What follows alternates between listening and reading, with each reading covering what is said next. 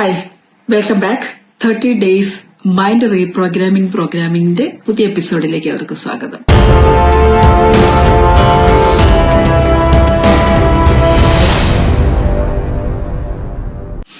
കഴിഞ്ഞ ദിവസം നമ്മൾ ഗിൽറ്റിലാണ് വർക്ക് ചെയ്തത്.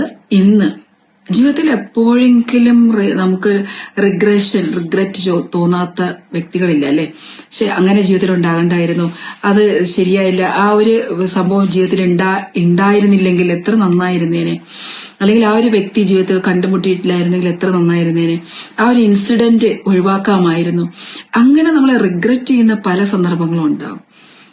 ഇനി വേറെ തരത്തിൽ നമ്മൾ പറയുകയാണെങ്കിൽ നമ്മൾ ചീറ്റ് ചെയ്യപ്പെട്ട അവസ്ഥ, അല്ലെങ്കിൽ നമ്മള് മറ്റൊരാളെ അന്ധമായി വിശ്വസിക്കുകയും ആ വിശ്വസിച്ച വ്യക്തി നമ്മളെ വഞ്ചിക്കുകയും അല്ലെങ്കിൽ ചീറ്റ് ചെയ്യുകയും ചെയ്തിട്ടുള്ള അവസ്ഥ. അത് ബിസിനസ്സിലാകാം, അതല്ലെങ്കിൽ റിലേഷൻഷിപ്പിലാകാം, ഫ്രണ്ട്ഷിപ്പിലാകാം, അല്ലെങ്കിൽ ദാമ്പത്യ ജീവിതത്തിലും ആകാം.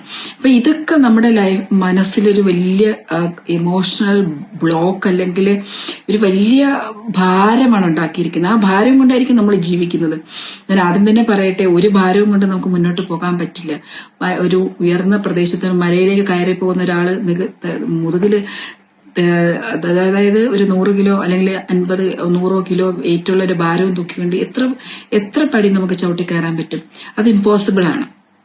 അതുപോലെ നമ്മുടെ ലൈഫില് മറ്റുള്ളവരുമായിട്ട് ജലസ് തോന്നിയൊരവസ്ഥ, അല്ലെങ്കിൽ നമുക്കൊരു റെസ്റ്റ്ലെസ് തോന്നിയൊരവസ്ഥ, നിരാശ തോന്നിയിട്ടുള്ള അവസ്ഥ, അല്ലെങ്കിൽ ചില സന്ദർഭങ്ങളിൽ നമുക്ക് പെർഫോം ചെയ്യാൻ പറ്റിയില്ലല്ലോ എന്ന് ഓർത്ത് വേദന ഉണ്ടാക്കുന്ന അവസ്ഥ, ഹ്യൂമിലിയേറ്റ് ചെയ്യപ്പെട്ട അവസ്ഥ, നാണം കെട്ടുപോയിട്ടുള്ള അവസ്ഥ, മറ്റുള്ളൊരാൾ ജീവിതത്തിൽ മറ്റുള്ളവരുടെ മുന്നിൽ വെച്ച് അപഹസിക്കപ്പെട്ടു പോയ മോശം വാക്കുകൾ കേൾക്കേണ്ടി വന്ന ഒരവസ്ഥ, ഇങ്ങനെയുള്ള പല മൂവ്മെന്റ്സും നമ്മുടെ മൈൻഡിലുണ്ടാവും. അതെല്ലാം ഉള്ളിൽ കിടന്നിട്ട് ഏതെങ്കിലും ഒരു സന്ദർഭങ്ങളിൽ അത് ട്രിഗർ ചെയ്ത് കഴിഞ്ഞാൽ നമുക്ക് അതുമായിട്ട് മുന്നോട്ട് പോകാൻ സാധിക്കില്ല.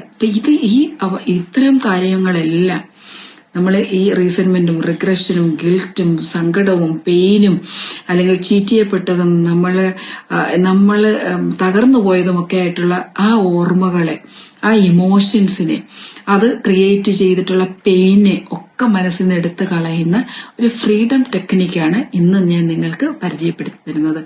ഒരു ഫ്രീഡം ടെക്നിക്ക്. നമുക്ക് ആ ടെക്നിക്കിലേക്ക് പോകാം. നിങ്ങൾ ചെയ്യേണ്ടുന്നത് ഇത്രയാണ്. നിങ്ങളൊരു പേപ്പർ എടുത്തിട്ട് നിങ്ങളുടെ ലൈഫിൽ ഇന്ന് വരെ ഉണ്ടായ ഇത്തരത്തിലുള്ള സാഹചര്യങ്ങൾ, നേരത്തെ പറഞ്ഞ സാഹചര്യങ്ങൾ, ആ മൊമെന്റുകളും ആ ഒരു സന്ദർഭങ്ങളും ആ വ്യക്തികളും ഒക്കെ, അതിൽ പാർട്ടിസിപ്പേറ്റ് ആയിട്ടുള്ള വ്യക്തികൾ ആ ഉണ്ടായൊരു സാഹചര്യം എന്താണ്, ഓരോന്നും എഴുതുക. അത് നിങ്ങൾ ഒരിക്കലും ഇത് സ്പീഡാക്കി എഴുതരുത്. വളരെ ആലോചിച്ച് ആ ഇമോഷൻസ് ഫീൽ ചെയ്തുകൊണ്ട്, ഇപ്പൊ നടക്കുന്ന പോലെ മനസ്സിൽ കണ്ടുകൊണ്ട്, സ്വസ്ഥമായിട്ട് ഒരു ഡിസ്ട്രാക്ഷൻ ഒന്നും ഇല്ലാത്തൊരു സ്ഥലത്തിരുന്ന് വേണം ഇത് എഴുതാൻ. കംപ്ലീറ്റ് ചെയ്ത് അത് കംപ്ലീറ്റ് ആയിട്ട്, വളരെ സമയമെടുത്തത് കംപ്ലീറ്റ് ചെയ്യുക. കംപ്ലീറ്റ് ആയിട്ട് എഴുതി കഴിഞ്ഞതിന് ശേഷം നമ്മളൊരു ഇൻസിഡന്റ് എഴുതുന്ന പോലെ എഴുതിയാൽ മതി. അന്ന് എന്റെ ജീവിതത്തിൽ ഇങ്ങനെ സംഭവം ഉണ്ടായി, അത് എനിക്ക് വളരെയധികം വേദനയും നിരാശയും ഉണ്ടായി. അന്ന് ആ വ്യക്തി ഇങ്ങനെ പറഞ്ഞപ്പോ എനിക്ക് ജീവിക്കണമെന്ന് തന്നെ തോന്നിയില്ല. അന്ന് ആ ചതിയിൽ ഏർപ്പെട്ടപ്പോൾ ജീവിതം അവസാനിപ്പിച്ചാലോ എന്ന് തോന്നി. ഇങ്ങനെയുള്ള നമ്മളെ വേദനിപ്പിക്കുന്ന, നമുക്ക് എന്താണോ വരുന്ന വേർഡിങ്സ് അത് തന്നെ അപ്ലൈ ചെയ്യാം. അത് കുഴപ്പമില്ല. എഴുതിയിട്ട്, അത് ചിലപ്പോൾ നെഗറ്റീവ് ആയിക്കൊള്ളട്ടെ, അതൊക്കെ നമ്മളെടുത്ത് കളയാൻ പോവുകയാണ്. എഴുതി കഴിഞ്ഞതിന് ശേഷം നിങ്ങൾ സമയമെടുത്ത് എഴുതുക. എല്ലാ ഇവന്റുകളും, എല്ലാ വ്യക്തികളും സന്ദർഭങ്ങളും വന്നു എന്ന് ഉറപ്പുവരുത്തുക.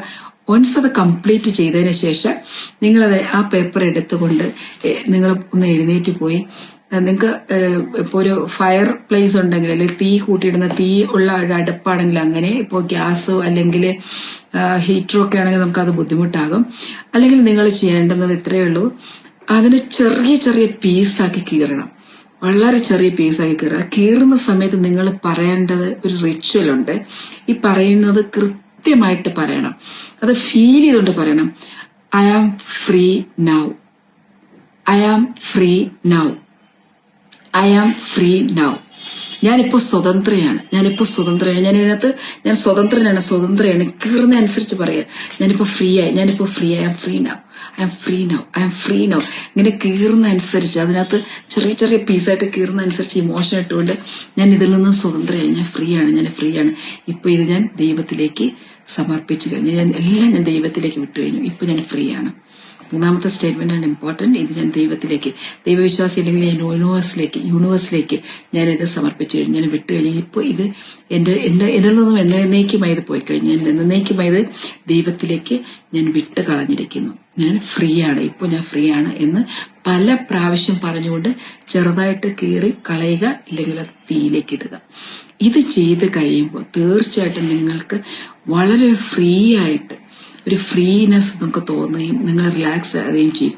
ഇത് എപ്പോഴും വേണമെങ്കിലും നമ്മൾ ഒരു പ്രാവശ്യം ചെയ്തു കഴിഞ്ഞതുകൊണ്ട് നമ്മൾ ഇതിനകത്ത് നിന്നൊക്കെ റിലീസായെന്ന് വിചാരിക്കേണ്ട. എപ്പോഴൊക്കെ സ്റ്റക്കായി തോന്നുന്നു, എപ്പോഴൊക്കെ മൈൻഡ് നെഗറ്റീവായിട്ട് തോന്നുന്നു, എപ്പോഴൊക്കെ ബുദ്ധിമുട്ടാണെന്ന് നിങ്ങൾക്ക് തോന്നുന്നു, അപ്പോഴൊക്കെ നമുക്ക് ഈ ടെക്നിക്ക് അപ്ലൈ ചെയ്യാവുന്നതാണ്. ഇത് വളരെ പവർഫുൾ ആയിട്ടുള്ള ഒരു ടൂളാണ്. തീർച്ചയായിട്ടും ചെയ്തു നോക്കുക. നെക്സ്റ്റ് ഡേ അടുത്ത റീപ്രോഗ്രാമിംഗ് ടെക്നിക്കുമായിട്ട് നമുക്ക് വീണ്ടും കാണാം. നിങ്ങളുടെ കമന്റുകൾ ആണ് എനിക്ക് കിട്ടുന്ന ഒരു ഊർജം. നിങ്ങൾ ദയവ് ചെയ്ത് നിങ്ങൾക്കിത് ഉപയോഗപ്പെടുന്നുണ്ടോ എന്ന് വീഡിയോ കാണുന്നവർ കമന്റ് ചെയ്യുക. മറ്റുള്ളവർക്ക് ഷെയർ ചെയ്ത് കൊടുക്കുകയാണെങ്കിൽ അതൊരു വലിയ നിങ്ങളുടെ സോളിന് കൊടുക്കുന്ന ഒരു ഗിഫ്റ്റ് ആയിരിക്കും. മൈൻഡ്, ബോഡി, സോൾ 3 കാര്യങ്ങളും വളരെ ഇമ്പോർട്ടന്റ് ആണ്. പലപ്പോഴും നമ്മൾ ഇഗ്നോർ ചെയ്യും സോളിനെ കുറിച്ച്. നെക്സ്റ്റ് എപ്പിസോഡിൽ സോളിനെ എങ്ങനെയാണ് ഫ്രീ ആക്കുന്നത്, നമ്മൾക്ക് എങ്ങനെയാണ് സോളിന് നല്ല കാര്യങ്ങൾ, സോളിന് വേണ്ടിയിട്ടുള്ള കാര്യങ്ങൾ നമുക്ക് എങ്ങനെ ചെയ്യാം, മനസ്സിന് വേണ്ടി നമുക്ക് നല്ലത് എങ്ങനെയൊക്കെയാണ് ചെയ്യേണ്ടുന്നത്, അതുപോലെ നമ്മുടെ ശരീരത്തിന് എന്തൊക്കെയാണ് നമുക്ക് നല്ലത് കൊടുക്കാൻ കഴിയും, ഇതൊക്കെ ഞാൻ പറയുന്നുണ്ടാകും. Thank you so much. Watch ചെയ്തുകൊണ്ടേയിരിക്കുക, നോട്ട്സ് എഴുതിക്കൊണ്ടേയിരിക്കുക, ലൈഫിൽ അപ്ലൈ ചെയ്യുക. അറിയുന്നവർക്ക്, നിങ്ങൾക്ക് വേണ്ടപ്പെട്ടവർക്ക് ഇത് ഷെയർ ചെയ്ത് കൊടുക്കുക. Have A nice day. Thank you.